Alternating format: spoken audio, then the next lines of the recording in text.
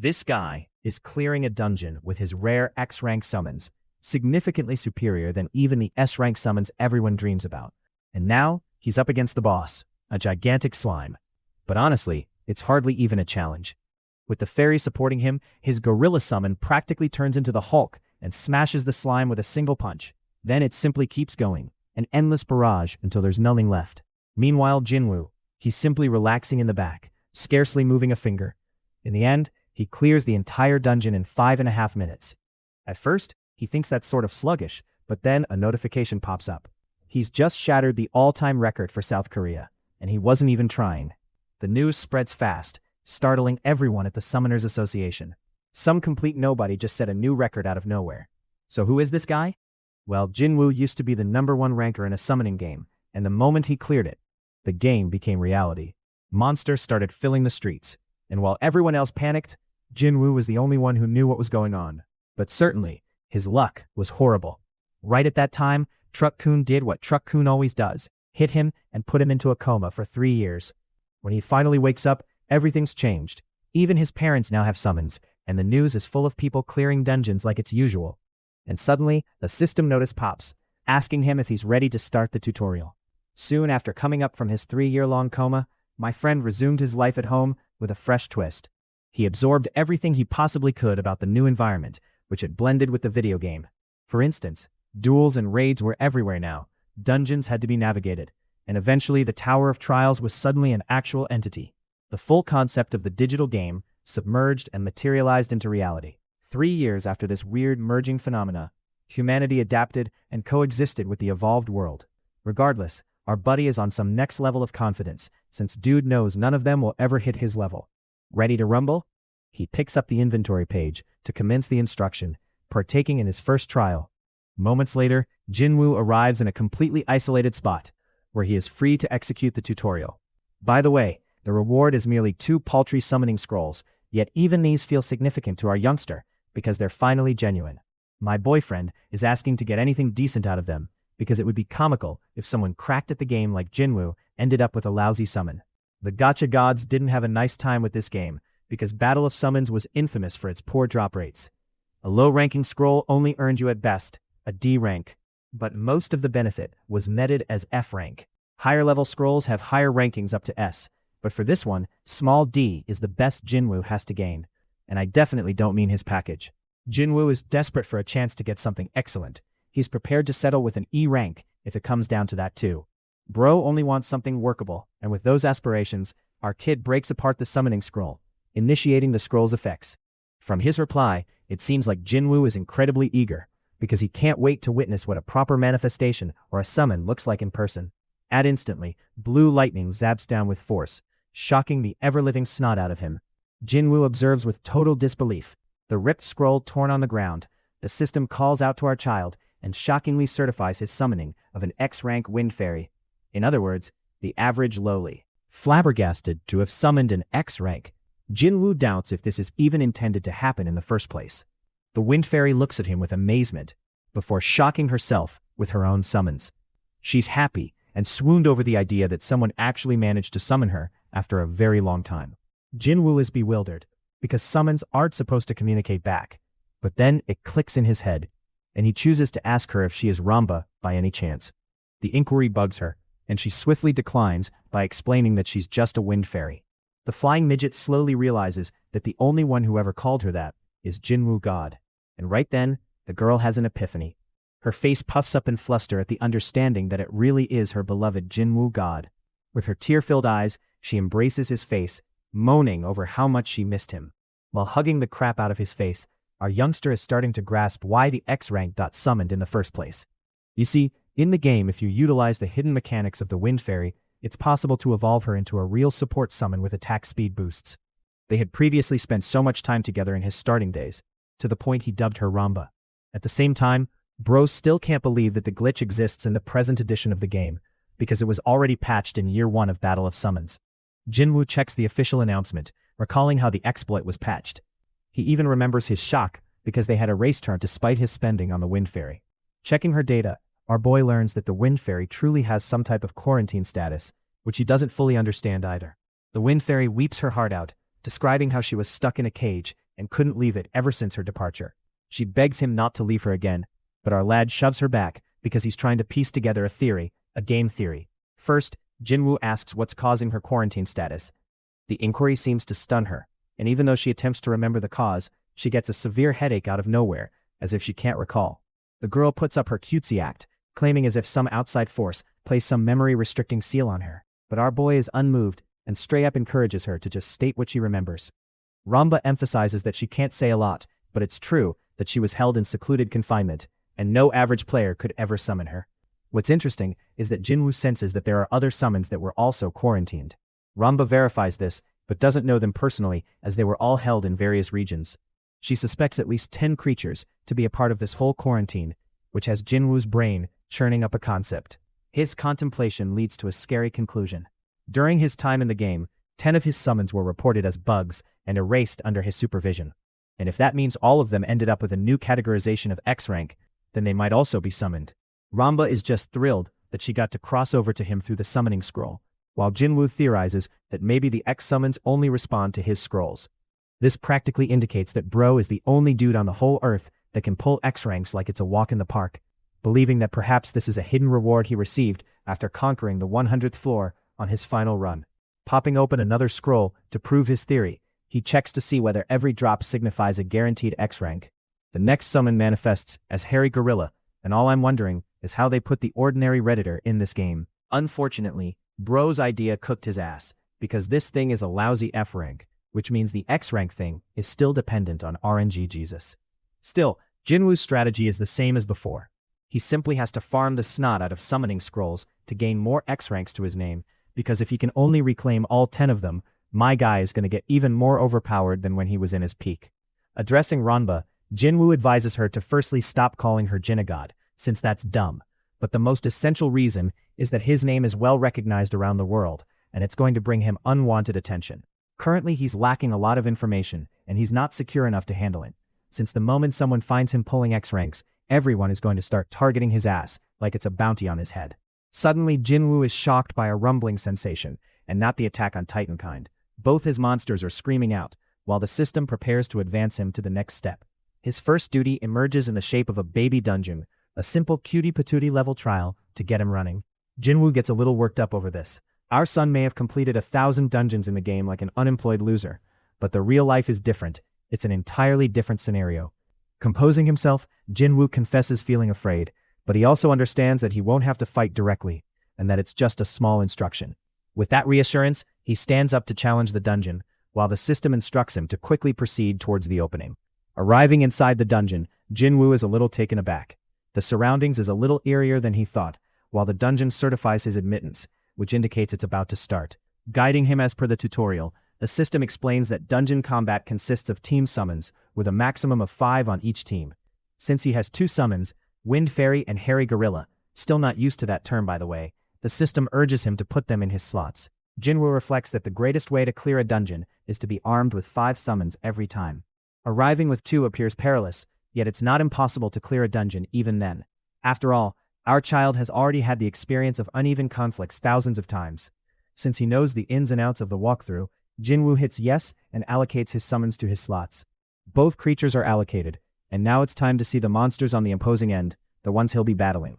A creature's growl instantly causes our boy discomfort. The opponent is actually a gray wolf, and the aim is to simply defeat the thing to escape.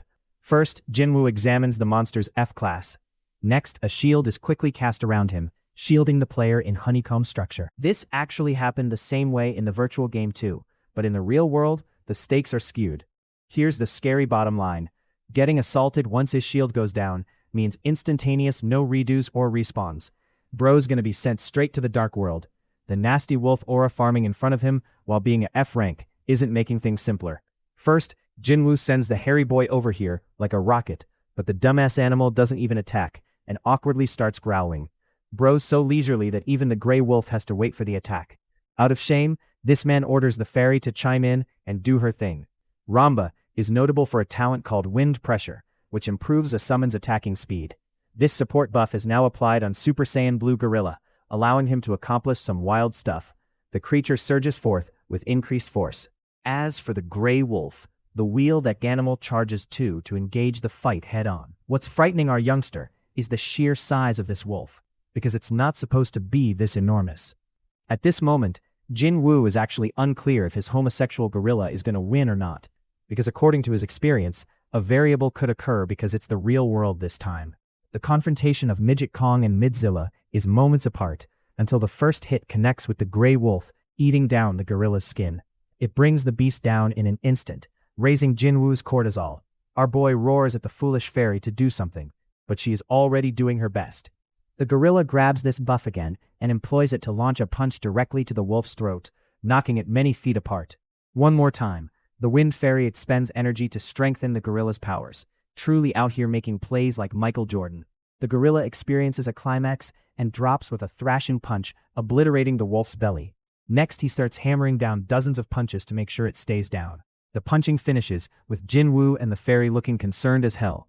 But happily, Gorilla Boy has effectively destroyed the menace. It even roars in excitement when celebrating. Our boy experiences relief for surviving the first dungeon, and is rewarded with 2 strength runes. In the next scene, we arrive in the city, where Jin Woo's younger sister Ah Jin is establishing a bank with 200,000 won. 3 entire years ago, she managed to crop up a new career, a rune farming player. In other words, she enters low-level dungeons and sells runes like a merchant to players in need of them. She had to take on this position straight after harsh circumstances hit down her family after Jin Woo's disappearance. This is like reverse solo leveling at this point, but luckily the girl managed to earn a C-class summon with a 1% drop rate at some point. Thanks to the Shadow Elf, she can easily make money with rune farming safely. Ah Jin checks her phone to see her brother calling out of nowhere. She asks whether he's discharged already, while he points out straight to her face that she's a rune seller. The remark irritates her off because it undermines her profession, and she instructs him to call her a farming player. Our child decides to play by his tiny sister's rules and asks about the location of the synthesis center. Ah Jin shares that it's located in the playing zone as planned. Now, because the Tower of Trials formed inside the real world, people had to do specific business relating to the game. That's how the player zone came to be. The same place hosts synthesis and improvement centers too. Everything close to the tower, for a player's convenience. In the next scene, we observe Ah Jin sharing a table across from her brother. She says that Jomsil and Hyundai Tower, from the actual world, effectively became the Towers of Trials. So far, Korea has only those 2, but the player zone he's looking for is also located surrounding them. This lets Jin Woo comprehend that it's advantageous to put player amenities near the tower. But more importantly, his small sister is curious what kind of rank he earned. Keeping it simple, he informs her that he got an E and F summon, which delights her, as even E levels have a 5% rate. Our boy keeps things easygoing, not admitting to her that he had won the lottery with the ranking. Regardless, he wants her support because he desires adopting to the system swiftly. In return, he promises her pocket money, despite the fact that Ah Jin acknowledges making considerably more than him. Teasing her, our lad reminds Ah Jin that he may always become the world's greatest player in a twist of fate. Ah Jin doesn't really believe in her brother's deluded dreams, because in her view, people like Rachel or Genos are like gods who can never be reached, geniuses of a separate dimension. But our son jokingly takes it as a challenge, before requesting his sister to only show him the way, so he may witness with his own eyes what the zone looks like. Walking on their approach to the zone, Ah Jin finds that he drew a wind fairy summon, but it's a creature she hasn't heard of. The girl begs him to display it to her, but he denies to her face, offending her because they're supposed to be siblings. Jin Woo begs her to show him her summon first, and Ah Jin readily goes on to cast it, expecting for him not to be astonished when he sees it. To be honest, it excites him to see what type of summon might make her this confident. The solution is a C-rank Shadow Elf, which looks much like Raven from Teen Titans. Bro's face is quickly turned to stone. It's not even a special summon, while Ah Jin is pissed off that her brother is judging her like that. She thinks these types of summons are like nobility among the gamers, but deep down our kid thinks that's nonsense, because C-rank is basically considered fodder in his opinion. They're the ones he wouldn't even take to any dungeon. Jin Woo respectfully meets the elf, inquiring if it can speak Korean or say hello, but both the creature and Ah Jin are gazing at her weird. The sister is perplexed as fudge to witness her brother's weird conduct, but you realize he's actually attempting to test if all monsters can communicate or not, and it looks that this one can't. Even Ah Jin informs him that summons aren't allowed to speak, giving him another reality check, considering Ramba's whining midget fairy ass graduated from the University of Yapology. Anyway, dude's bewildered, while she's furious that he thinks summons can talk. In a way, Ah Jin is accurate, Jinwoo merely had this inflated idea that all summons could converse. Now it's his turn, but he ghosts her in real time and refuses to show his summon. Jin feels devastated, since the girl got treated like how computer support scammers treat you. But Jinwoo doesn't want to catch any attention right now, especially with Ramba chatting. She calls him a scumbag and chases after him. Later, our youngster arrives at the player zone. It's an entirely new cyberverse. The Jamsil planet seems far different, ever since the coming of the skyscrapers, since the corporations tore the whole place down. The explanation is clear. Nobody would want to construct an amusement park adjacent to a tower of doom and gloom. At the same time, Jinwoo believes the notion is very cool and intriguing. Jin warns her foolish brother that dungeons make this region unsafe, therefore no one would come here to enjoy fun. While it's true that they're scary, Jinwoo internalizes that it's surely a pleasant experience for him to witness things in reality that he only saw in the game. It actually excites him, and he immediately locates the exchange zone, where gamers can trade goods like scrolls and runes. It brings him a lot of memories from his time in the game, because bro would be buying items with his whale-rich friend Baicheon. Jin also shows him to go to the information desk anytime he needs more information beyond the fundamentals. She reminds out that he's a newbie, thus it's best to have an academy operate around the player HQ. Jinwoo assures her that he's okay, because deep down he has all he needs. All he thinks about is maturing on his own while living in this zone, but Jin is still frightened for her brother. He simply tells her to head back, since he's gonna stick around for a time, before heading back home.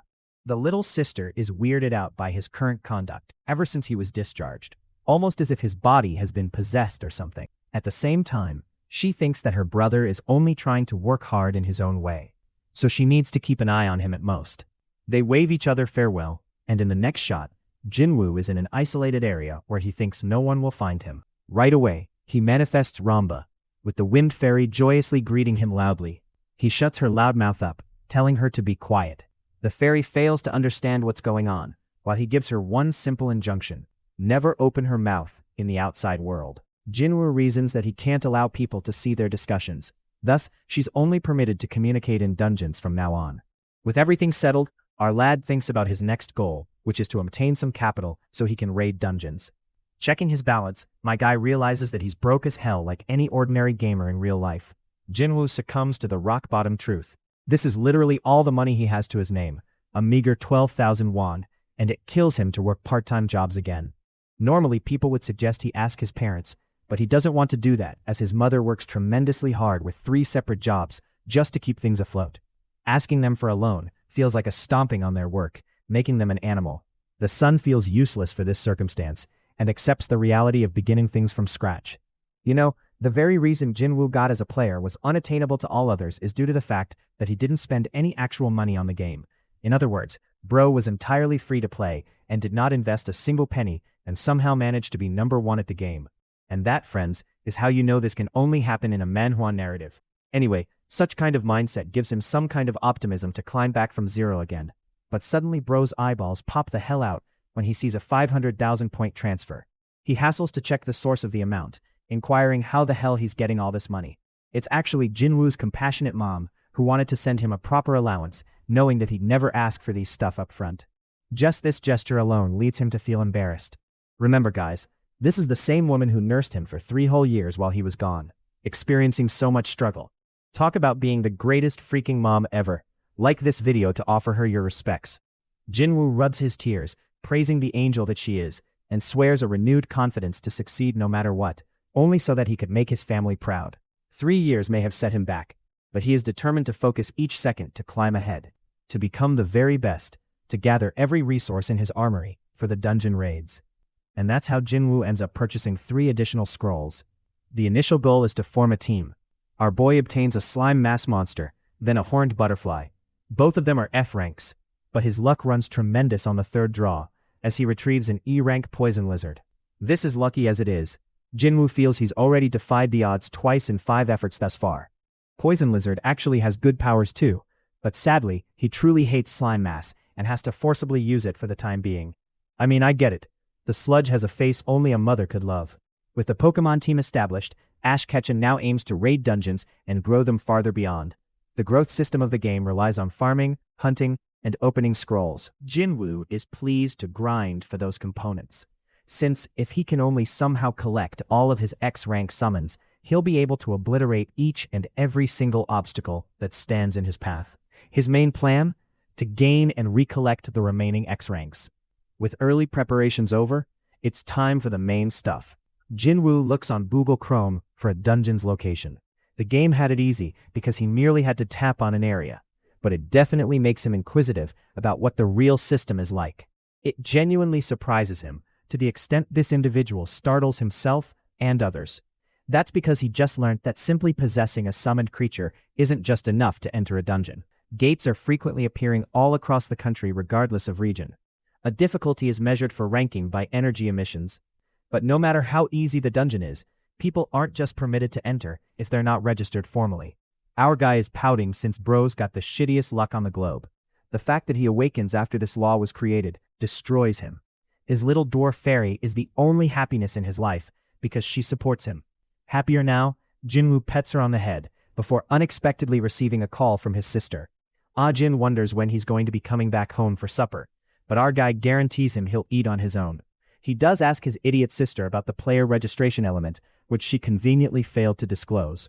Jinwoo understands that this brat refused to disclose it, but that's not the case because the regulation is recent. People started dying in dungeons, so the government had to adopt a policy, and in reality, there were so many deaths that it got chaotic. That's why proper staff agents hover about each entrance to verify introducing new concerns. Jinwoo only realizes how tiresome and sluggish this process is, but it makes him wonder if it's purposefully planned to dominate the participants. After all, if every single person becomes a player in greed of acquiring fortune, the social system will collapse on its head. Aside from that, there's also something called ranks. Apparently the system ranking contains a list of players based on local and international rankings, and Korea is so ass that it doesn't even appear on the global ranks. Ah-jin feels upset because if Jinwoo was here, they'd be higher, not knowing it's her own damn brother who's the great player. The call finishes with our boy electing to rest for the day. The next day at home, food's hot and ready. Jinwoo is already hastening to leave at 6 in the morning. His mother pushes him to catch a rice ball before leaving, but he believes it's all right. He hastily wraps up his shoes and apologizes to his parents for only showing them his ugliest side, even thanking them honestly for all their efforts. The parents are shell-shocked hearing those statements. Papa is flustered, while Mama is worried. The positive thing is that the government has ramped up safety standards. Jinwoo checks on his phone and discovers that many deaths happen because of the player's irresponsibility. He also can't say a thing, because bro had been a gaming addict for the past 10 years. It sounds horrible to confess it too. Standing in front of the reception, he gives in the application form and asks how many people end up earning the qualification. Apparently there's this final test to achieve the championship, further irritating Jinwoo because there's 1,000 people just waiting behind him. Regardless, he thinks that if he can't pass this measly test, then what's the use in his position as one of the 5 emperors of the heavens? In the next scene, we find ourselves at a different location. Park Chang-suk is linked with HQ and looks unsatisfied with the talent for the year. Suddenly the building collapses and takes them by storm. A man has invaded the building with his gigantic orc summon. He's coming seeking retribution against Chang-suk because he slaughtered his brothers. Meanwhile, this guy thinks the fellow is a psychopath and releases his own badass summoning, largely consisting of fire and wood-based monsters. The main HQ is being assaulted, and while everyone else is panicked, our lad is simply chilling with his pods until he looks around and finds a whole new disaster has been made. Jinwoo has no idea what the heck is going on, other than the fact that he's caught up in it. The passers-by are only terrified for their lives, trusting their fate in Chang-suk's hands. Jinwoo feels some kind of gang rivalry because his fellow in a dripped-out suit seems to have a vendetta. What's puzzling him is how even the thugs of the actual world have become advanced with their summons. Chang-suk roars for an emergency and encourages everyone to bring out summons to protect themselves with shields. Jinwoo does the same for his shield. While our beloved fairy takes a second to analyze the situation, before nearly opening her tongue, our boy shuts her up, telling her not to speak in front of people. Back to this sharp-looking mobster, he wants to take down Chang-suk and his sense of justice. The first monster he tosses is the orc, while our kid is hiding from a safe position, knowing that he'll complicate things by becoming involved. His purpose is to observe for now, and shortly after, a furious struggle takes place with Chang-suk's flaming butterfly, launching tiny meteors and blasting at the orc. However, this monster is a tank, and survives all of those hits, giving the thug a sense of cockiness. Chang-suk's cornered, as our lad rises up to discover that this dude is total dog shit. It's so severe that even the other onlookers can see Chang-suk is being pushed back. This throws Jinwoo into a corner, since now he has to make a decision. If he does help and immerse himself, he's the one who'll have to deal with these guys. The orc smashes down its axe on one of Changsuk's summons, forcing Jinwoo to finally make a decision. He's starting to realize that his quiet existence is going to end before it can even start. So he quietly goes up to Changsuk, who worriedly tells him to remain back.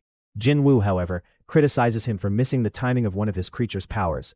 He then tells how the buffers around the blood orc have an advanced fire resistance bonus, meaning a precise timing is needed, or else no fire assaults would work. Changsuk personally notes that the orc's body likewise glistens, implying the activation of the skill. With this insight, this time Changsuk shifts up the play. He directs Flame Turtle over here to create another fire spell. The creature shoots it at peak speeds, lasering down its target. Changsuk joyously shouts in celebration. His attack eventually managed to become successful, while his opponent is surprised how this man managed to locate the hole. Next, the wood monster finishes up destroying the other assistant summons this guy has too, basically leaving him wide open. Finally, Flame Turtle and the Flame Butterfly both prepare epic fire assaults and shoot them down to annihilate the orc even further. By the end, all of this guy's summons disappear on him, and his shield is damaged too. Now that he's on the back foot, he wants a second opportunity and hands out a surrender, despite planning for the penalties of being incorrect. However, what he notices is that the vine creature soon captures him, tangling him up. Changsuk doesn't want to listen to a word of his pleading. Then, there's the fact that any and all gang members are to be executed instantly on the spot. Weeping his eyes out, refusing to accept death, the criminal faces the consequences of his crimes, getting justice served to his face. Changsuk snaps his fingers, and we get this horrible massacre, since the guy's body is snapped into paste. At last, the war is ended. The people shout for Changsuk's tremendous triumph, calling him amazing and everything. While they're roaring in celebration, our son is horrified. You see, it's amazing that these folks are unaffected that a man was slain before their eyes just now, even if he happened to be a criminal. This reveals to Jinwoo that the very world he knew transformed right before him. It's going to be tougher from now on to survive without having a strong resolve backing him up. Changsuk approaches the boy, extending his sincerest thanks because the kid assisted him before. He managed to execute the terrorist, owing of Jinwoo's contributions. So Changsuk is happy to even award the boy for it. Using this as his golden ticket, our lad admits that he hasn't registered in the headquarters yet. The father is truly surprised with this info, considering this is the same kid who just offered him wonderful advice while being a complete beginner. Changsuk requests for his ID card, assuring him that it's all they need for a verification. Jinwoo delivers him the card, while he promises him that a prize will be offered after a quick background check. Happy to accept that gift, our boy goes, while Changsuk takes note of him and transmits some data to his pal on a call. He truly wants someone to properly explore Jinwoo's past. In the next scene, our boy delivers a lovely pastry to the fairy for staying silent. She eats with delight, and although Jinwoo understands that players like to argue against their summons, he finds it incredibly convenient that he can please her with a simple dinner like this. Still, things are disturbing him. Even though he didn't want to involve himself, everyone in that building would have just killed if he hadn't acted. The whole globe is different. Jinwoo can't get the hang of it, but he has to climb higher with hunting. Summoning scrolls are vital to him for the next beast, with his main priority being the drill teacher and exploding dragon wizard. The fortunate news is that he can receive both of them from low-ranking scrolls. That aside, Jinwoo thinks it's time for him to get his move going. Changsuk's report eventually comes out, and it stuns the snot out of him that this new youngster actually remained hospitalized for 3 years too. That's why he's been an unregistered player. 3 years ago is when the world turned upside down, so it makes sense. The individual can't grasp how this kid promptly decided to aim for registration straight following his release.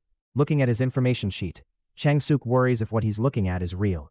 He attempts to control himself and maintain his calm, so he contacts the examiner for the test and actually substitutes himself with the job, perhaps because bro wants to oversee Jinwoo's side. It still boggles him how the person could have so much adaptation for this game. Bake Jinwoo has become a miracle-making talent in front of his eyes, delighting Changsuk. The scene cuts to a waiting area.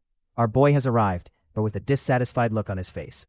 It's just that there's a ton of people here, and he's an introvert pro max. All of them are here for training, and in order to go past all of these competitors, it's going to take a while to become a player. Still, it's no big issue for our guy, who is chilling on the seat, knowing he's the boss. With everyone assembled, the examiner pops up to take the test, but surprise, it's actually Park Changsuk himself in the flesh. The first test is some type of pre-written exam instruction, and later on, when it's our boy's chance to talk to Changsuk, he mentions how he didn't anticipate the person to come up. The older man calls it fate, and asks on a training update. But Jinwoo remembers it a bit differently. A while ago while he was giving them a lecture, our youngster was becoming bored alongside his fairy. It worried Jinwoo that they were teaching one of his combinations from the game, so he acted like the lesson was simply alright. Aside from that, Changsuk underlines that he called the boy separately because of the award application situation. Before that, he wants to ask the rookie something crucial.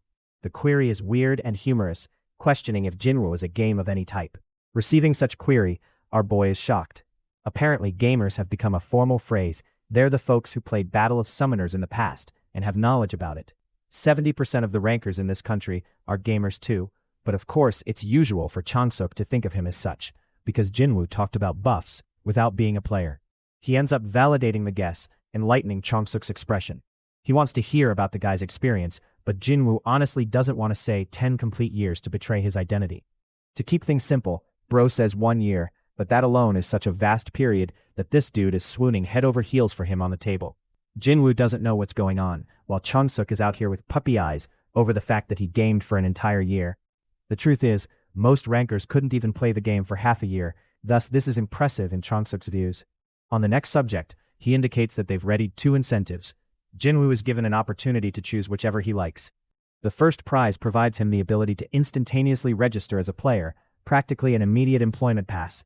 It even extends to an offer to hire him at the headquarters, but our child doesn't appear amused by much. So then comes a second offer. Changsuk promises him a hefty reward of 5 million won.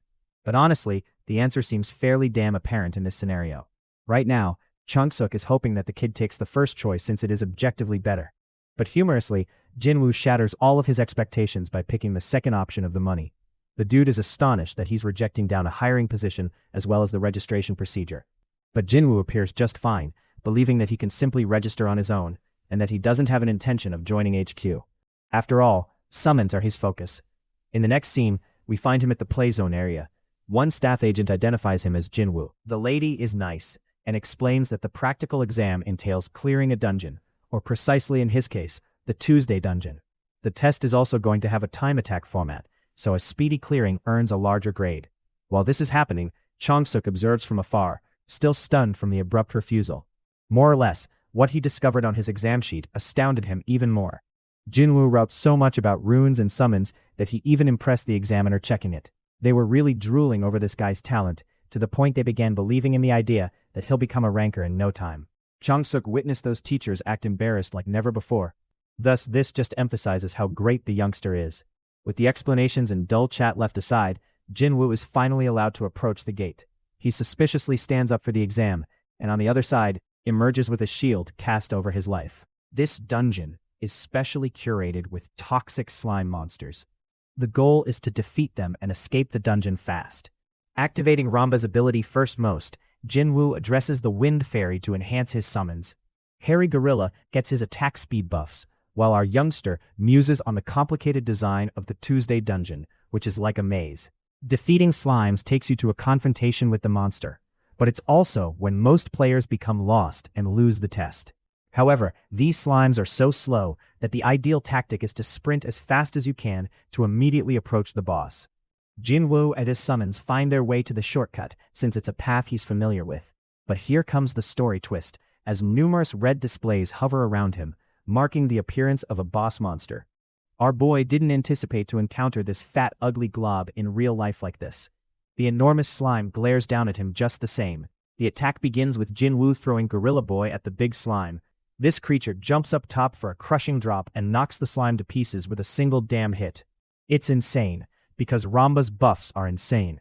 The gorilla turns the slime's body to paste, with thousands of punches flying about, making even F-tier creatures feel powerful. It already delights Jinwoo how powerful his other monsters are going to become. And well, within moments, the boss monster is killed. The dungeon is also tagged to clear in 5 minutes, yet quite slow for our child, who is used to clearing stuff in under a minute in the game. Shockingly, even this performance breaks the Korean record, unlocking an accomplishment in the process. Jinwoo is surprised, but he actually obtains 3 advanced summoning scrolls and 2 abrasives. What boggles him is how this awful record is supposed to be Korea's greatest right now.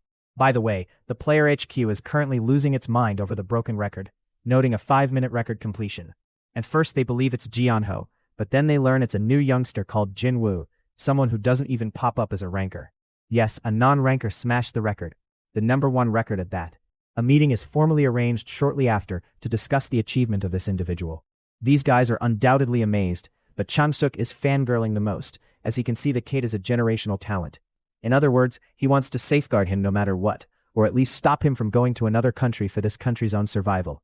Chang-suk suggests they register him immediately as a player, because time attacks are truly divided into national and worldwide lists. Jian-ho had the record of 6 minutes. Rachel, on the other hand, has a global record of 2.5 minutes to her name. Jinwoo enters the frame and mocked the Korean record from his first attempt. That's why he thinks a player match is unneeded for a skill like that, since someone like him deserves unique care. Shifting perspective back to our lad, he's a tad bummed off with the trashy record he established. Chang-suk roars his name and comes up to him like a swooned little girl. First, he commends his fantastic record break. Then he questions how he managed to do it. Jinwoo keeps it simple and doesn't really explain anything, and believes the compliments are overdone. At once, the man delivers him his player license card. Jinwoo is puzzled that he managed to gain it at last without needing to prove anything. Aside from that, Chang-suk is still anxious to know how he managed to overtake the record. Our son doesn't know what to say, because if he does divulge the secret, Korea would rise in ranks. But the concern is what will become after. He'll get plenty of attention and be prosperous. But in the worst-case situation, bro's gonna be locked up and targeted for information. Since the second situation is difficult, he decides to keep the facts to himself by calling out Chang-suk for being impolite in his approach. The man takes this rejection deeply and realizes that the strategy of a gamer is peculiar to him. At the same time, he also points out that Korea sorely requires miracle-making talent like Jinwoo. From his reaction, our boy senses that this dude is actually a pretty mellow guy. What's more is that he kept all his commitments, and he's swift on following directions. That makes our lad question if he should utilize his own country to obtain an edge. After all, if he could just time things perfectly, he'll manage to develop far faster than he would on his own. Addressing the assemblymen, he requests for them to move to some calm place. So in the next scene, we get Chang-suk asking him for help, indicating just how badly the headquarters requires the help of such a player. After all, they know that he's been out in a coma for 3 years now. Chang-suk apologizes for the background check when Jinwoo asks the question. It's only that he had to know because gang members generally have the same pattern of being unregistered and skilled. At the same time, our boy is disappointed off since he believes there's no need for them to study him anymore. Chang-suk confirms this, but he's also noting an unusual behavioral note. People normally become afraid when it comes to talking about nations, but the guy in front of him seems relaxed. It's as if Jinwoo is aware of the kind of talent he brings to the table. Sipping his coffee, our boy says that he's contemplated plenty, but he wants to know what he gains from the country. Chang-suk slams that he'll offer full cooperation, which is a perplexing statement. Apparently, the individual shares that he holds a prominent and relevant job at the headquarters. Assemblymen are usually elected by a public vote, which means greater results could make him ascend higher. In other words, bro is a politician who wants more chips to his name. The assemblyman begs him to help him, so that he may in turn supply with all the potential support he can. This is a bit underwhelming suggestion to Jinwoo, who can't imagine the concrete rewards he'll gain from these things. Regardless, he decides to carry on with the request, but with the stipulation of a single month, as per his duration. In other words, as Jinwoo is a fresh player, he wants to focus on development for the interim, requesting support when he desires. And if he can see that this idea benefits him, then he'll support them, and if not, then he'll just return the incentives. Long story short, Chang-suk is hearing that Jinwoo is entertaining a trial of a month to test the waters. Though it's a daring request, it's the greatest shot he has to get him on his side. With the assemblyman figuring he'll receive more from Jinwoo from this agreement. To start things off, Jinwoo wants maximal assurance that the record he broke doesn't reach the rest of the country, because he's afraid about his safety. Chang-suk doesn't get his fears, because the headquarters can ease that safety, but then he realizes that H2 won't be able to help someone as talented as this guy, especially when they struggled against measly gang members. In other words, Chang-suk understands that Jinwoo is aware of the fragility of the HQ, thus he accepts those terms. At the same time, it's impossible to stop the whole spread overall. Jinwoo is cool with it, and so they decide to part ways, with the aim of meeting later. Our youngster is just thrilled, and intends to check the rewards he obtained. Let's start off with his advanced summoning scrolls, which is what he's interested in the most. Our youngster understands that a record-breaking feat gets players a huge reward, and though he wants to open them immediately away, gambling isn't pleasant. Instead, selling them seems more enticing. However, he suddenly gets an idea. The player web is a place where the database of all the players is stored, so that item transactions can be listed. The assemblyman explained all this while installing the software, so our boy promptly jumps on the app and examines the pricing list. But as he lays his eyes on the screen, bro is physically shaking in disbelief. The reward money for a high-grade scroll is 3 million won per, a significant amount. In other words, bro nearly earned 10 million won only by setting a record in that awful small dungeon. With the way things are going, bro is starting to realize that his rich life Elon Musk fuck you money dream is going to be showering down on his family very soon. Jinwoo plans on selling the high-grade scrolls and recycle the money into low-grade scrolls instead, just caring about 2 key summons for now. After listing the 3 scrolls, our boy checks on the list of low-level scrolls and doesn't understand why these cost 5,000 won apiece, even if they're easy to farm. Then there's the fact that there's an endless number of sellers with no one pulling a low price. My husband is cooked, so he decides to call his beloved little sister for more help. After a long-winded explanation, Ajin explains that the HQ buys the scrolls. Apparently it's to support the rankers for some reason. Their purpose is to acquire in quantity, and then the listing for the lowest scroll is 5,000. People directly sell it to the HQ without a price negotiation, although Ajin also intriguingly suggests that this method might alter shortly. After all, it's a policy set from the early era, thus the HQ doesn't actually require such scrolls anymore. But that's actually a wonderful thing for our kid, who hangs up the conversation and recognizes that there's an overabundance of low-level scrolls. All he needs to do next is have another meeting with Changsuk, which he does the following day. The assemblyman is happy to meet him, wondering if our youngster needs something. Jinwoo reveals his wish to receive low-level scrolls, a request that stuns him because generally people expect good grades. Jinwoo demands for as many scrolls as he could possibly receive, and literally 50,000 of them crop up virtually every day at the HQ, which means Changsuk can easily lend them. At the same time, he believes that the player might be trying to resell them for money, although our boy declines, ensuring that there's no point when the scrolls are already overflowing in the market. Changsuk is impressed and wonders what he's planning, internalizing how this gamer is far different from the others, especially because he's trying for a new tactic here. The assemblyman is alright with it, but he's got one condition for it. All he cares about is acquiring one simple piece of information, one that assists the headquarters. Because he's in an influential position, if he gets discovered backing him behind the scenes, people's trust in him will falter. If Jinwoo can give certain information, then it will be made as part of a business transaction instead. In other words, our son recognizes he's not being handed something for free, which is fine, since he doesn't want any favors. He agrees to the bargain, and explains the existence of shaving seconds off of achievements. Normally, defeating a dungeon at first place nets you 3 high-grade scrolls for completion, although the same award can be gained again if another player breaks the former player's record. In other words, participants can easily reset the record by 1 second apiece, juicing out the best possible outcome and stacking up the scrolls. What also helps is that the Korean Association benefits as a whole since its players become stronger. Changsuk explains that they've already utilized that way actually, but most gamers haven't received such incentives, so it won't be a problem trying to use anything like this. As for the following portion, Jinwoo hopes to offer suggestions of a strategy for the Tuesday dungeon he overcame. Dying for something fantastic to come out of his mouth, Changsuk waits like a dog, ready for its breakfast, because bro thinks this guy is going to reveal a top-secret way. Jinwoo says that employing this strategy might allow most people to finish the dungeon in under 3 minutes, but before he can do so, our kid needs to make sure the price of the information is worth the investment, so he adds 50 high-grade scrolls on top of the low-grade ones for the sale. Long story short, he's asking for 100 million wons worth of scrolls, which is an absurd amount, but it's fair to Jinwoo, as this approach can be utilized in both low and high-tier dungeons, equating to maybe billions on a return. Changsuk knows this aspect, and follows that he will transfer 150 million directly if the information is worth enough, as well as supplying our child with 10,000 low scrolls each day. The following evening, the assemblyman collects some of his crew for a little test. They're suspecting that he's got something good ready for them. First, Changsuk talks about the recent Tuesday dungeon record, and then he casually mentions having found a means to circumvent it, thanks to his connections from overseas. He also made it look like Jinwoo was a test subject who employed this approach. That's why everyone was briefed not to utter a word about it.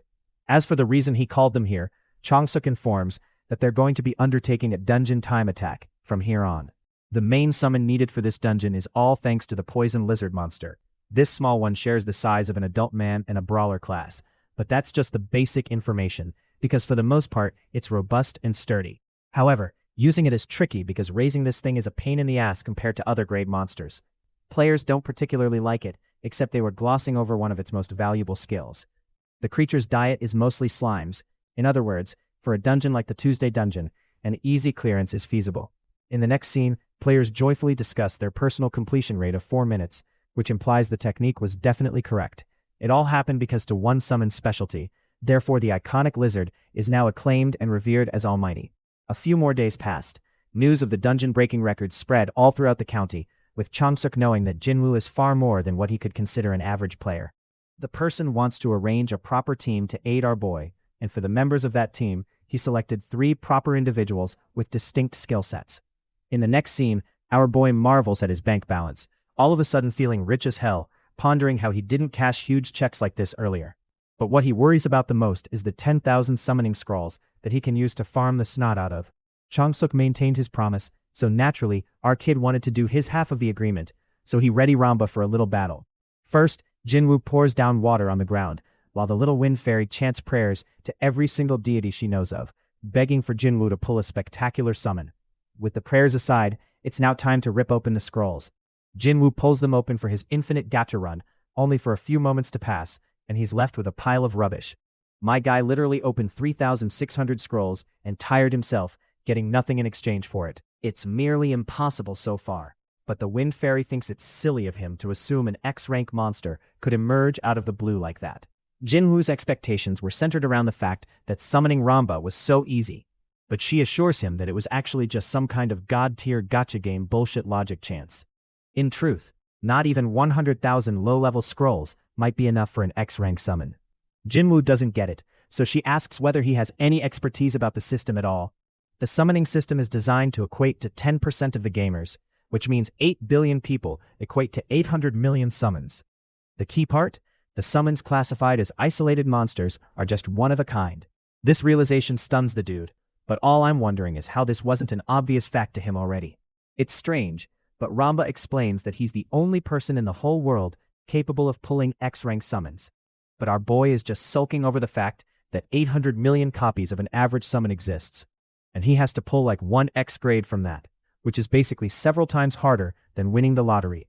Dude thinks it's game over, but Ramba assures him that certain summons have all collapsed their count, such as the 800 million caterpillars, which won't ever be summoned again. Regardless, our lad thinks it's still too difficult, making him question whether he could move to mid-tier scrolls. But it raises another problem of efficiency and scarcity, even money. He's got to work with the existing odds, that's the only chance he has. So this dude rips another scroll, with Ramba supporting his shenanigans all the way.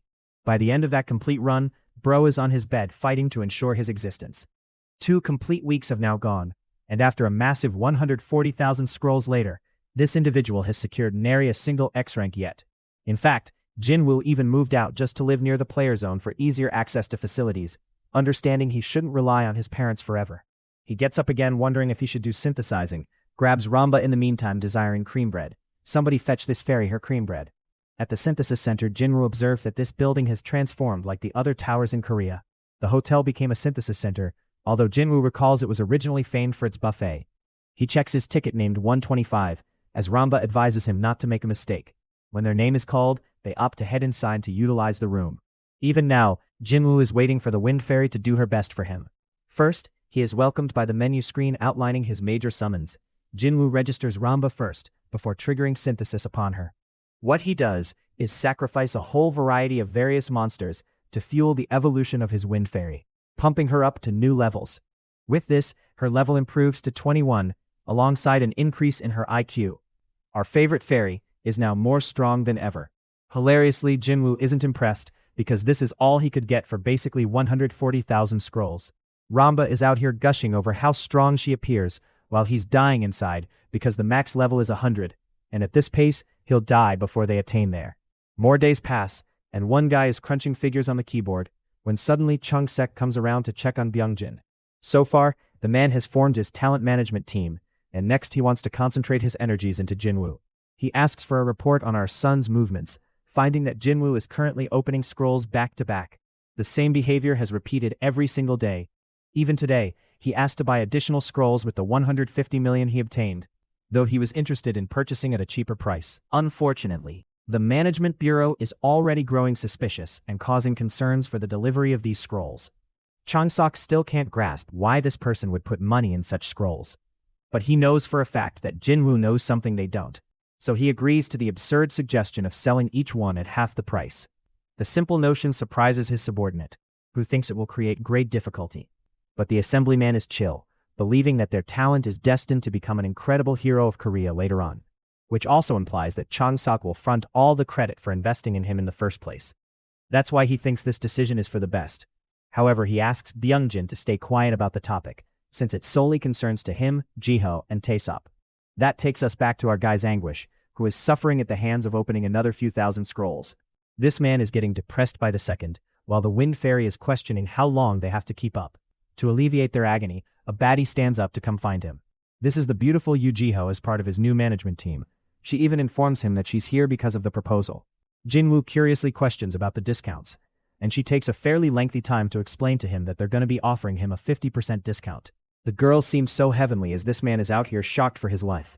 But more than just that, Jiho states there's going to be another 100 million won prize as part of his expenditure budget. Bro is feeling like a king right now since this is some next level stuff. Jiho emphasizes that he must not allow this information escape, something Jinwoo is extremely adept at accomplishing. Aside from that, she also teases him that it's for the sake of bettering their relationship, something Jinwoo is also delighted with. That aside, she chooses to leave him to keep on with what he's doing. But right now, Jinwoo is actually starting to sense proper support given to him by the assemblyman. He knows he's need pull up with an X rank fast to repay the guy's efforts. Well, after another tremendous thousands of scroll summoning attempts, he and the little fairy are dying. Every scroll is an F-grade terrible monster. No progress is achieved. At this moment, Jinwoo has come so far that he just cannot back down or back out longer. He's pleading and begging for a chance to obtain the explosive dragon. And perhaps after hundreds of thousands of torturous scrolls later, the gacha gods take pity on him and crack down a proper summon for him. Ramba and Jinwoo have their jaws fell open. At last, our youngster has summoned the explosive dragon mage that he has been wanting to have.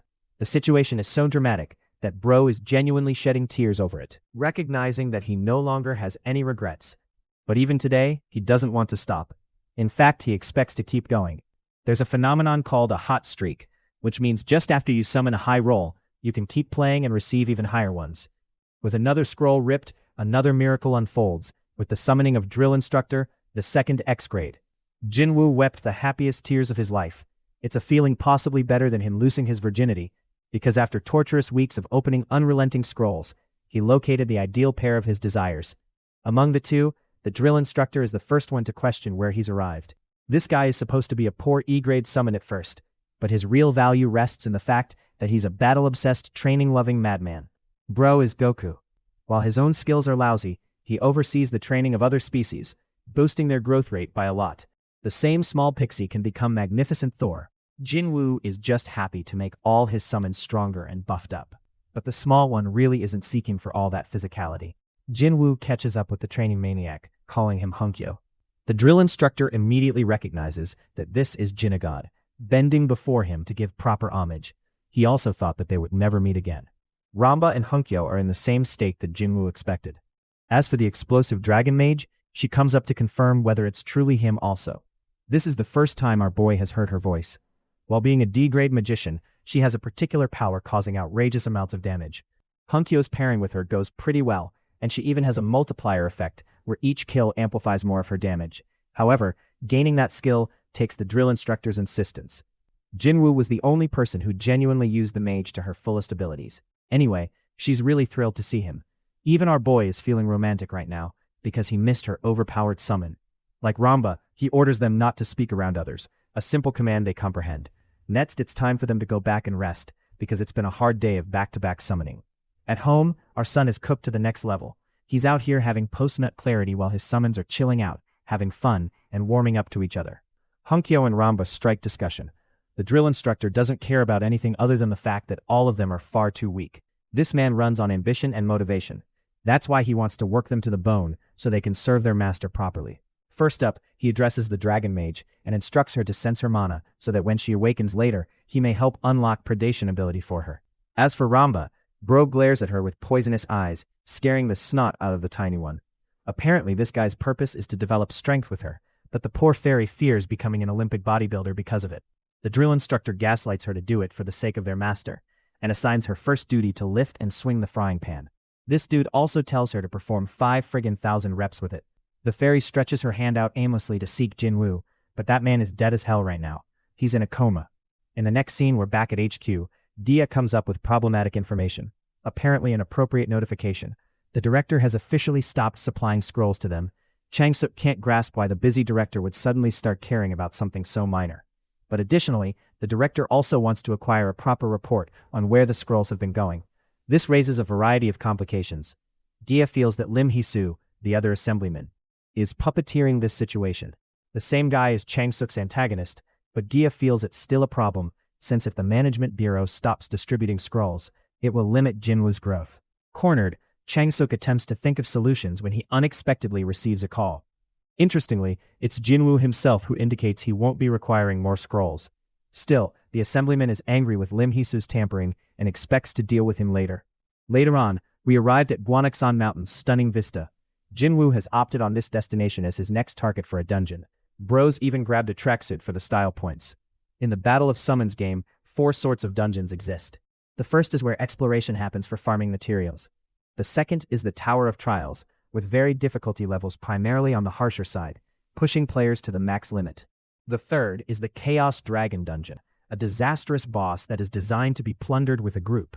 However, this part hasn't yet melded with the real world, so Jinwoo doesn't want to explain it.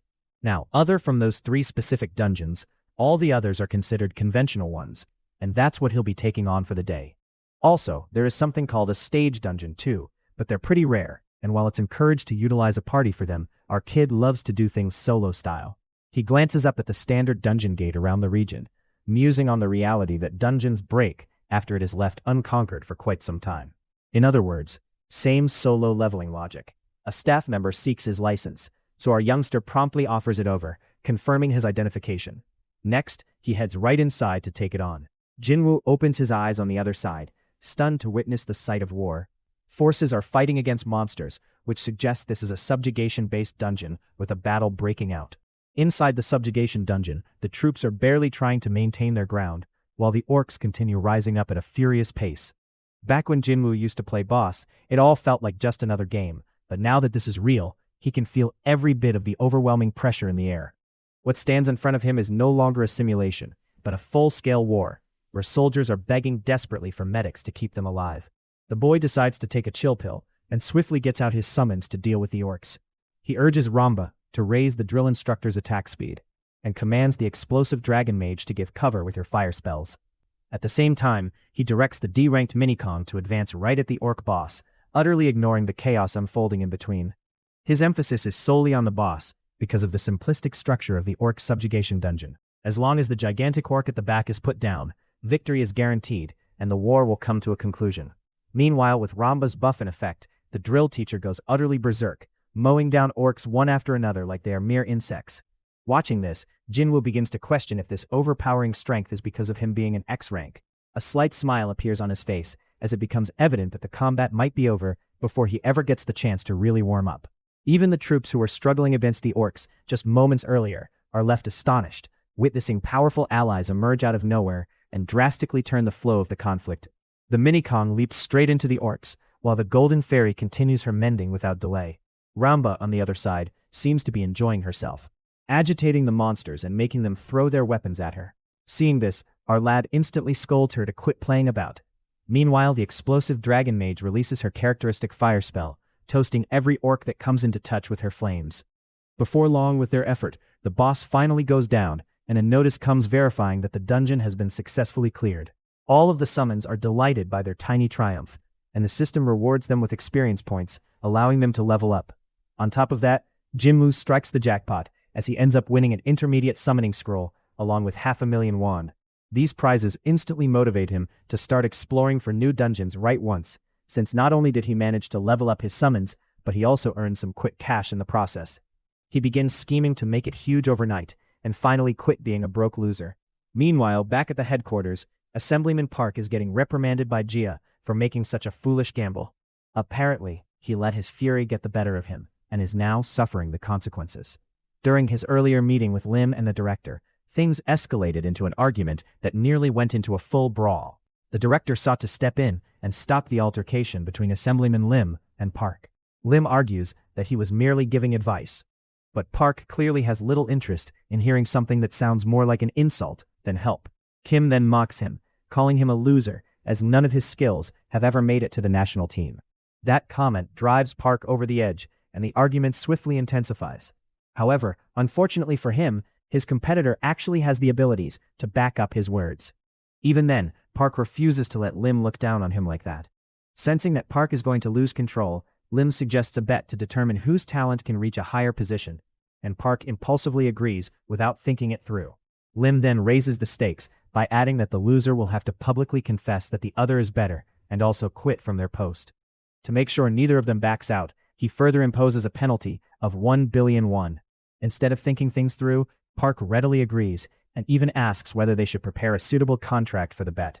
As the scene flips back, Jia asks him, asking if he made such a hazardous action only because of Jinwoo.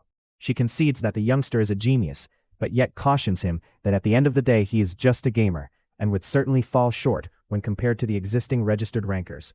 The man, however, seems utterly unaffected as he explains that he fully believes in Jinwoo and is convinced that the youngster would offer them with big profits if they assist him correctly. Just then, an assistant quickly rushes into the room. He loudly proclaims that he has discovered the individual responsible for solo clearing the D-ranked dungeons, and reveals that it is none other than Baek Jinwoo. Hearing this, the assemblyman is struck dumbfounded, with his mouth wide open, while Jia tries to believe what she has heard. She says that it has just been a month since the youngster registered, and she cannot fathom how he is already conquering dungeons in less than 5 minutes. The assemblyman immediately takes advantage of the situation, adjusting his tone as he starts bragging about his instincts, claiming that he always knew the youngster was something exceptional. The thrill on his face makes it evident as he starts looking forward to winning the crazy wager he made with Lim. Back at home, our boy lies on his bed, staring at his phone screen. He cannot help but giggle while gazing at his bank amount. The poor guy had never seen this much money in one location before. After farming D-ranked dungeons non-stop, he managed to rack up a healthy 16 million. The intermediate scrolls turned out to be his biggest cash cow out of all the treasure, bringing him some very fat stacks. He sinks to his knees and basks in the result of all that hard effort, convincing himself he might possibly be the chosen one. That's very conceited given his summons performed most of the work. Anyway, he chooses to divide the money into multiple accounts for separate objectives.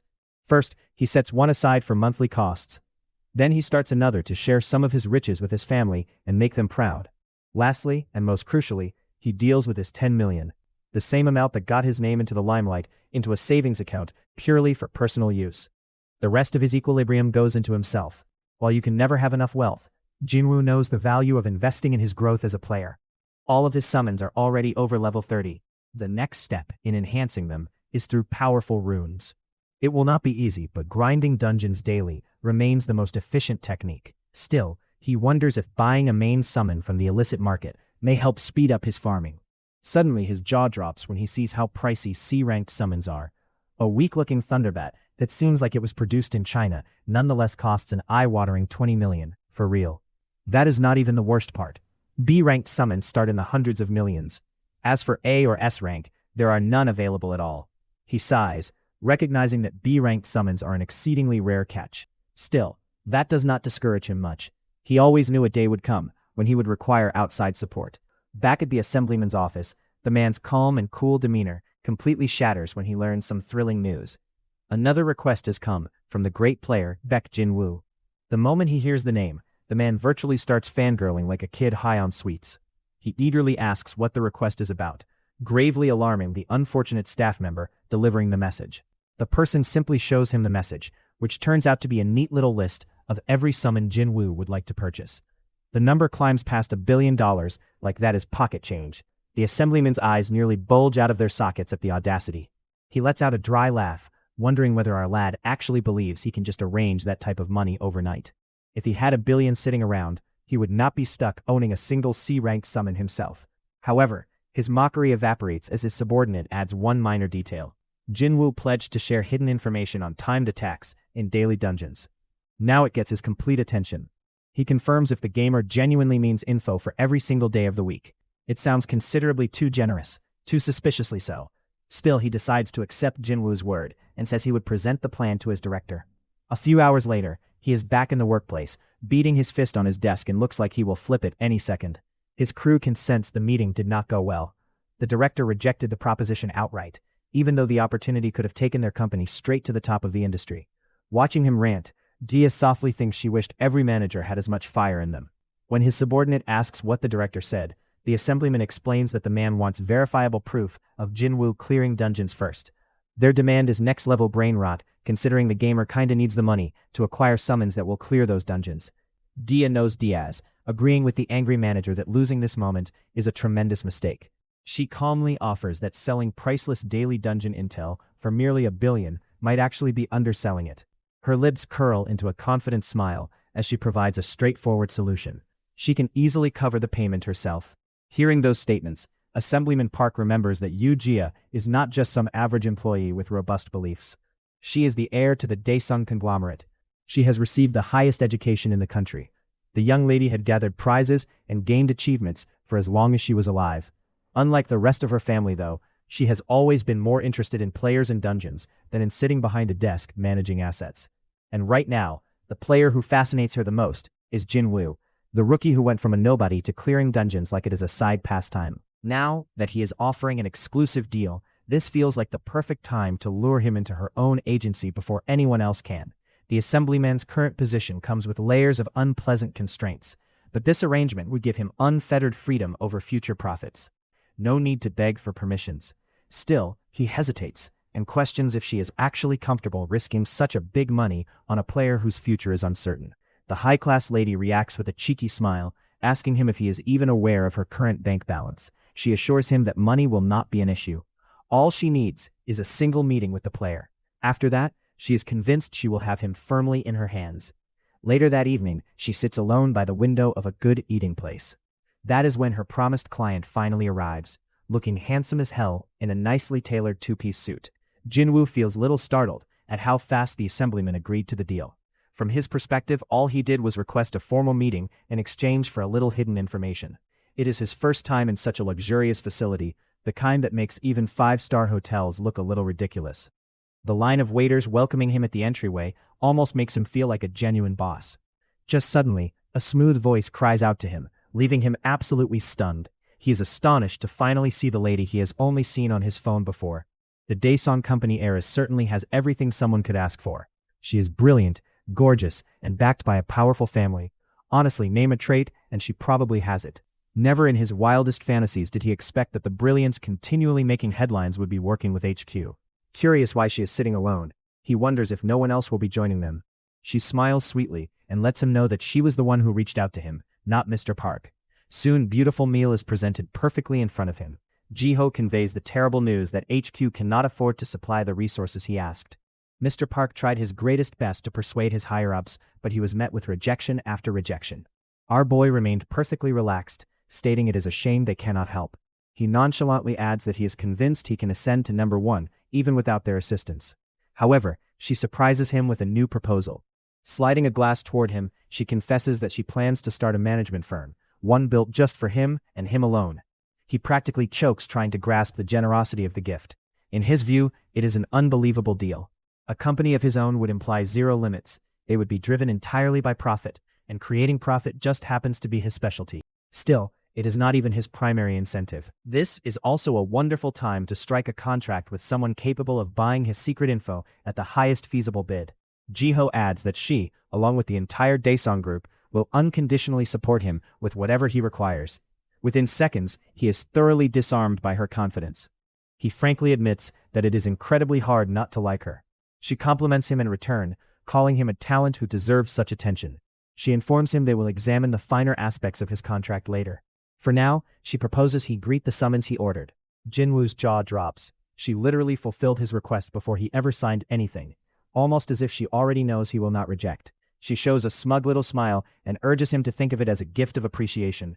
The next day in the mountains, his little sister seeks for him at their normal area. He has not contacted her for a full week. On top of that, he suddenly moved out to his own house. She is incredibly irritated as a stunning woman goes past her, leaving her utterly dumbfounded. She does a double take, feeling like she has seen that face someplace on social media. The rusty single-core processor in her brain grinds for a full second. Then, it clicks. It is the national legend, Yu Jia, who seems to be hunting for the same individual.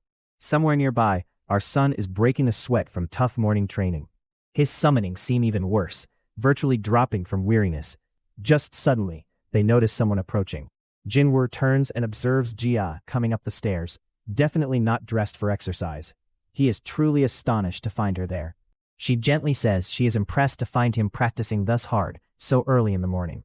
Together with his summons, he truly appears like he has a proper party formation going on.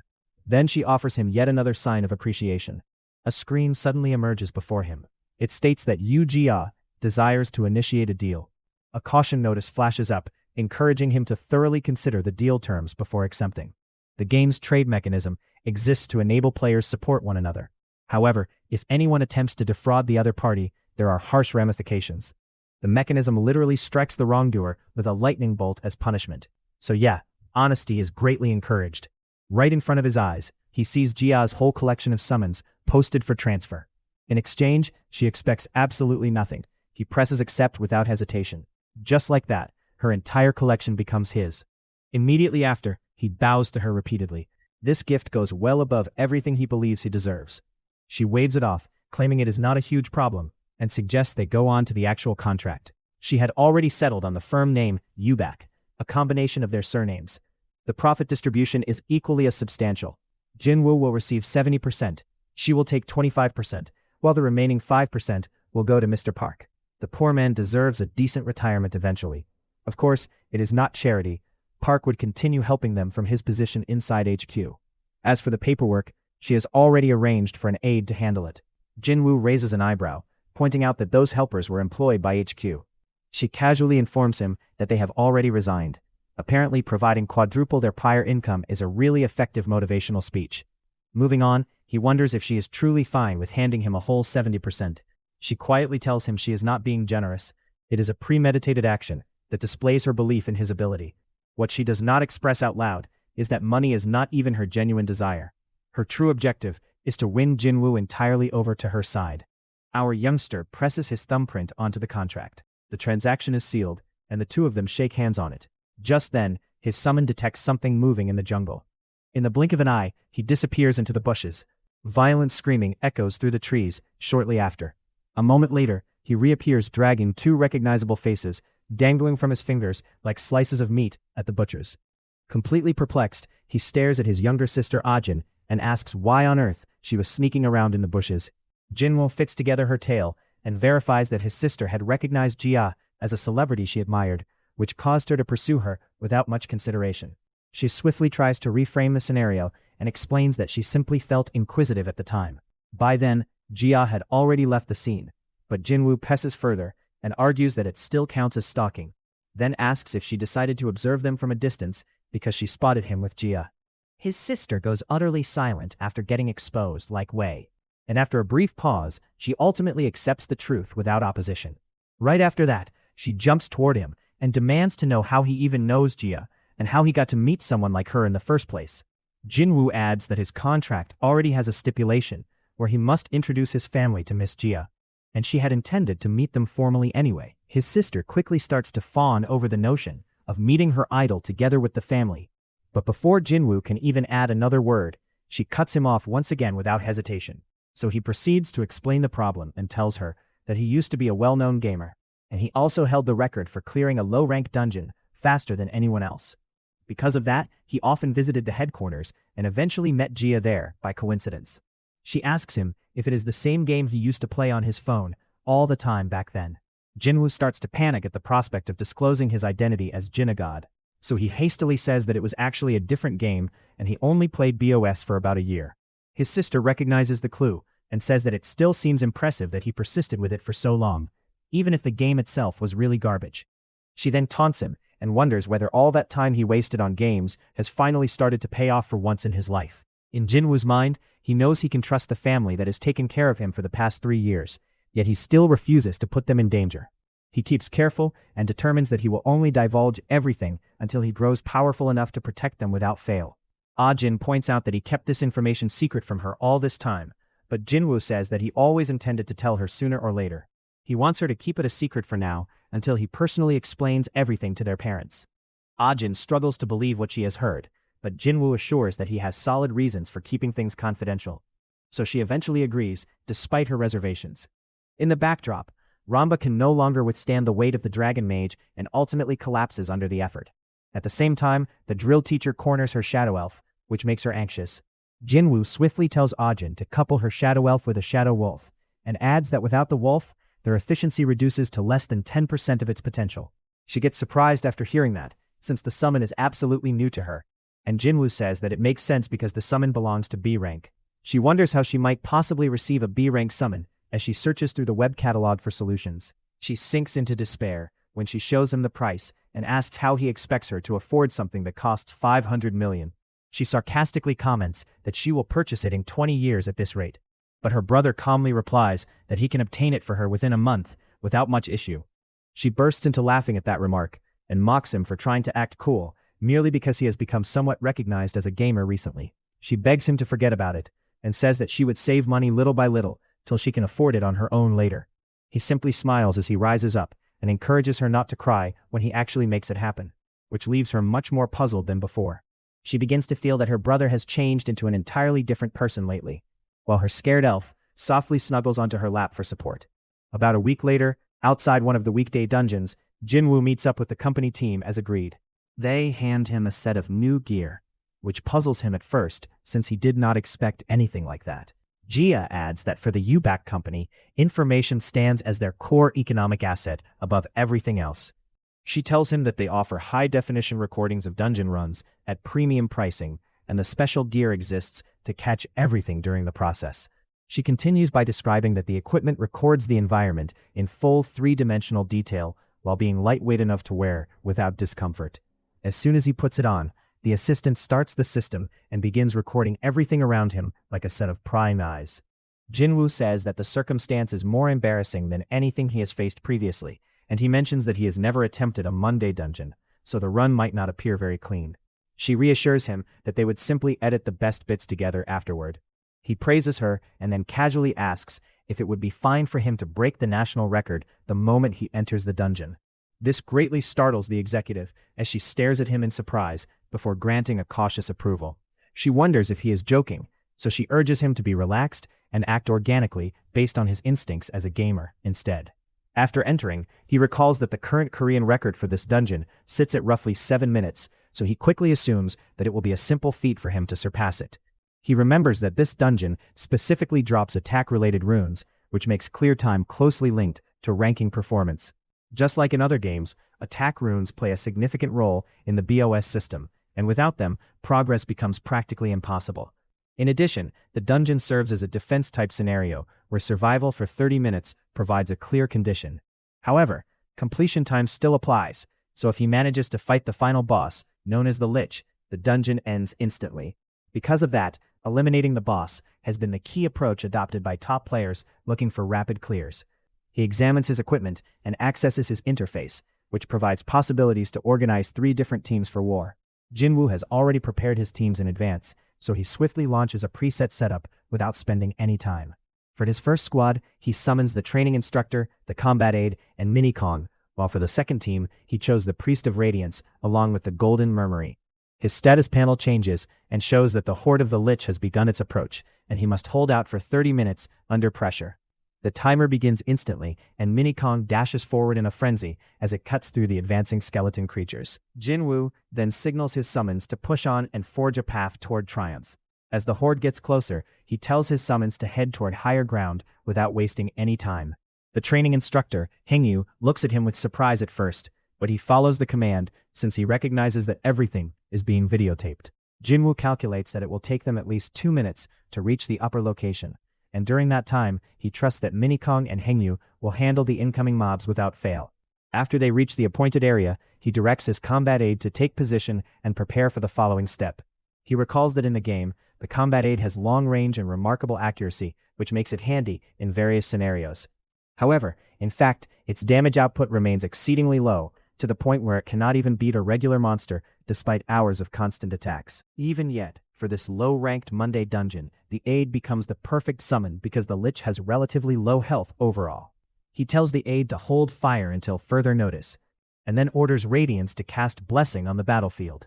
He emphasizes that the objective of this blessing is to destroy the Lich's dark barrier which ordinarily offers it immunity against long-range attacks. Once the shield effect disappears, he directs the combat aid to commence firing at the target without delay. While Minikong and Hangyu maintain control over the oncoming horde, Radiance and Murmury send support from above. The aid fires its shot, and as feared, the damage appears lackluster compared to the other summons present. However, the essential element is that the Lich's health progressively diminishes with each precise hit. After a few good shots, the Lich starts to weaken, and Jinwoo observes that with normal runes, the process would have lasted far too long. That explains why most players choose not to bring the combat aid into this dungeon at all. At that time, a skeleton leaps past Kong and runs at Jinwoo, but Hengyu intersects and removes it instantly. Jinwoo then points out that he holds a big edge because he can mix runes with Hengyu's powers to unlock the combat aid's full potential. With that upgrade in effect, even a top-tier Lich can fall from a single decisive hit. The next shot fires, and the Lich abruptly falters as its condition deteriorates swiftly before it collapses backward. The system panel updates and indicates that the monster has been defeated, and the dungeon clears in 4 minutes and 12 seconds. The entire squad exhales in relief, as the results screen indicates that they had smashed Korea's all-time record and unlocked a unique achievement. Meanwhile, Jihyo wonders if he genuinely planned to undertake a time attack on his very first run, and worries that it could be too early for such ambition. She discreetly adds that it has only been a week since he acquired his sought summons, so they would have backed him regardless, even if he failed to beat the record. The assistant feels nervous, and asks whether she actually believes that Jinwoo can smash every single record without exception. He goes on to note that while breaking the Tuesday record is obviously great, they never actually discussed how he wants to conquer the other dungeons ahead. He points out that Jinwoo is not the only player in Korea with a year of experience, and questions whether he has been entirely honest with them from the start. Jihyo breaks him off and asks if he feels scared about the situation, which immediately softens his demeanor. She glances back at him and tells him not to sweat about the investment, as she spent her personal monies for it anyway. She then adds that even in the worst-case situation, she will make sure that their careers stay secure without any damage. On top of that, she reassures them that their incomes would not alter at all, which makes both of them tear up in relief. Jihyo considers calmly and reminds herself that she has enough resources to manage any event that might arise from this decision. At the same time, she cannot shake off the notion that Jinwoo hides something significantly bigger beneath the surface. The confidence he demonstrated before entering the dungeon made it evident that the challenge meant almost nothing to him from the very beginning. Just then, news arrives indicating that the record has officially been broken. The information reaches headquarters, where they realize that the low-rank Monday dungeon record has been shattered by an incredible margin of 3 minutes. They promptly seek up the player responsible and learn that it is none other than Baek Jinwoo, which leaves them absolutely surprised. Back at the dungeon door, Jihyo's hands tremble as she starts to realize the full weight of what just happened. In her eyes, the firm will at least do moderately at worst, but if all goes perfectly, it may turn into an amazing success beyond expectations. Back at the dungeon, our hero glances at the wonderful view in front of him. Looking at the portal, he remembers that he has to do something else first. He then flicks off the recording button and summons the system panel, informing himself that it is now time for some good old intense sweaty grinding. Previously in the game, if a player clears a weekday dungeon, they can unlock a mode known as Auto Fight. As the name suggests, as long as your summons do the grinding for you, you can keep piling in those tasty prizes. Returning to our kid, he sends the drill teacher back to his inventory, and instead summons Ranba. He tells her that she is now in command of the enslavement grinding session, which surprises her. Jinwoo reveals that he isn't utilizing Hungyo because he wants the guide to train others. Our boy teases her, asking if she would rather prefer to train too, which makes her freeze in position.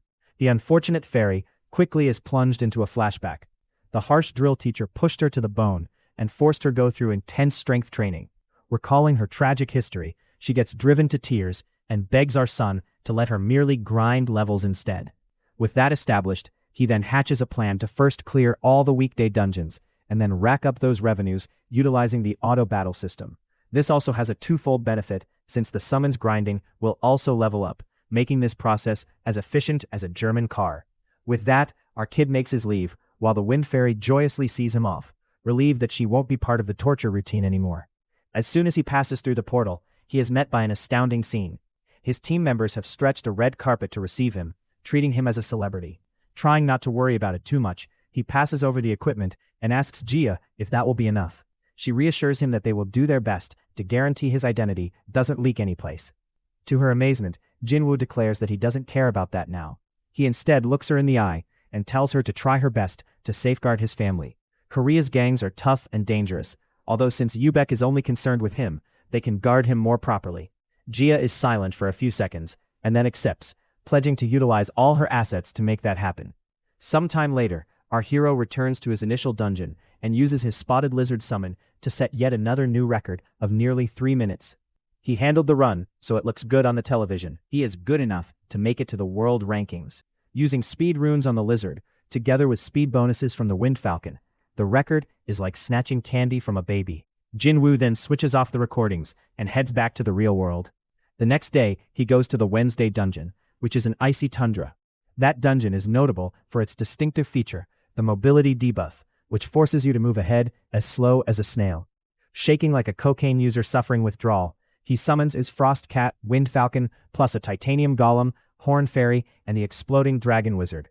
All his summons then employ their chilly debuff abilities, eventually making the temperature acceptable. Jinwoo then concentrates on the battlefield, only to see white hairy gorillas barreling toward them. He tells the Titanium Golem to proceed ahead and activate its shield.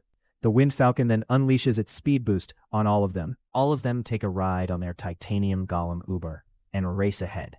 As they make their way forward, our lad barely holds his barf in, not reckoning for how difficult the ride would be. The snow gorillas unleash their snowball attacks, but the golem merely tanks all of it with zero effort. Not just that, the metal golem then simply climbs up as if gravity doesn't exist and starts scaling the slope of the mountain. Jinwoo then urges the Dragon Mage girl to be ready, which makes her focus on what's ahead. As soon as the party clears the ledge, a system alert displays that the dungeon monster is ahead. The gorilla boss Promax throws out a terrible roar, but our hero doesn't hesitate and instead yells commands at the Horn Fairy. The fairy flies forward and utilizes her skill, which smashes the shield surrounding the dungeon boss. He then alerts the Dragon Mage, who launches a deadly flaming dragon spell that swallows the boss whole. With that, the dungeon gets completed with a clearance time of less than 5 minutes. Jinwoo becomes excited at another new record, but soon collapses over and empties his belly due to motion sickness. From that point on, headlines start sprouting up everywhere about a young no-ranker shattering national records all over Korea. People slowly begin to discover that this is the same guy who cleared the Tuesday dungeon, and with that, his fame skyrockets. Gossip about him starts to increase as he becomes the talk of the town. Seeing headline after headline, the headquarters director is agitated. The secretary tells him that it's the same guy whom Assemblyman Park described. The deal was that our lad would offer them information in exchange for low-rank summons. However, Assemblyman Lim opposed the notion, insisting that the funds not be distributed without getting the info first. The director shuts his eyes, recognizing that the info was real all along. Taking a deep breath, he convinces himself that Assemblyman Lim did have a fair argument. However, the main thing in politics is the result you demonstrate. If they had merely supported Jinwoo back then, their fame and influence would have exploded by now. Like a genuine business boss, he shakes his head. He places all the blame on Lim, arguing that he essentially shut the door on the opportunity of a lifetime. The director then directs the first secretary to reach out to Jinwoo directly. Since he didn't turn out to be a Nigerian prince scammer, they must surely get him back, no matter what. Dropping into lore mode, Monday and Wednesday dungeons offer runes, while the Tuesday dungeons send out abrasives.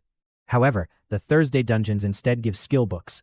Even though they do not grant broken tier talents, or even those skills that the drill teacher cannot acquire, they nonetheless supply some important abilities.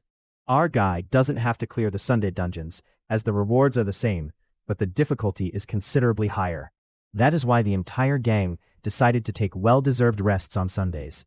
What truly occurs with Thursday dungeons is that as soon as you enter, you are immediately put into a boss fight. In this specific dungeon, the Dirt Golem boss's defense is higher than your local crackman. What typical players do is summon white wolves, which have a defense-reducing ability. But it is not how the finest player plays, as you may easily overpower it with physical force and enormous damage. Jinwoo switches the camera off, as this isn't precisely the kind of video that would perform well. Since no one has X-grade summoning to construct Dirt Golem stakes, this is effectively like ordering everyone to go install hackers to beat the game. Our lad makes up his decision that he will instead urge everyone to decrease the boss's defenses with the white wolves, and then utilize extreme damage dealers. Climbing on top of his Titanium Golem, he recalls that the weak point of the Dirt Golem is its head. That is why he is using his own golem to level the playing field. As his summons prepare for battle, He instructs them to aim for the head, which would have made Thor proud. The two giants duel it out in a fistfight, while the drill instructor employs a Heian-era 3,000-year-old technique to immediately chop up the dirt golem. Meanwhile, the dragon mage girl glides high into the sky and summons her shattered fire dragon spell again, converting the dirt golem to a corpse. The algorithm then says that the dungeon is now complete, with a clear time of a little over 5 minutes. Watching the training teacher, our hero knows that his powers are utterly ruined, and he got banned for a cause. However, he doesn't mean to abuse the drill teacher, as with a well-trained dragon mage, our guy can easily complete the highest grade dungeons in a second. He then delves into the details, wondering if he included the entry and everything, it would take roughly 10 seconds. Waving to the drill teacher, he screams out that there is still time left for one more dungeon. Finally, as he returns to the actual world, two guys in business suits approach him and inquire if he is Jinwoo. They then issue a business card, claiming that they are from headquarters. Our hero grabs the card half-heartedly and then asks what headquarters wants from him now. The black-haired NPC attempts a smile and adds that they evaluated the idea he provided them last time. He continues that the business sounds achievable, but before he can make his sales pitch, Jinwoo raises his hand and cuts him off. With a smirk, he advises them not to bother with that anymore. Both of them are caught off guard by the quick rejection. Our youngster just smiles, recalling how trusting and generous Ji-hyo is with him, opposed to the selfish, harsh headquarters. The director is absolutely the opposite of Ji-hyo. He then reveals that he is already a part of a firm, so if they wish to chat they may talk to Ji-hyo through the Eubank agency. With that, he takes his leave while the two lads are left more bewildered than ever. The brown-haired guy guesses that it is the same Ji-hyo from the Daesung group, but the black-haired guy decides it is preferable to go back for now and research the matter first. However, on the inside, he feels like they just missed out on a massive gold mine. Coming back to our hero, who is standing on a vast rooftop, he looks at the region and assures himself that this site will do. Dropping into lore mode, the Friday dungeon is different from the rest of them. Instead of the summons fighting, this spot requires the summoner to sprint through the area and clear it.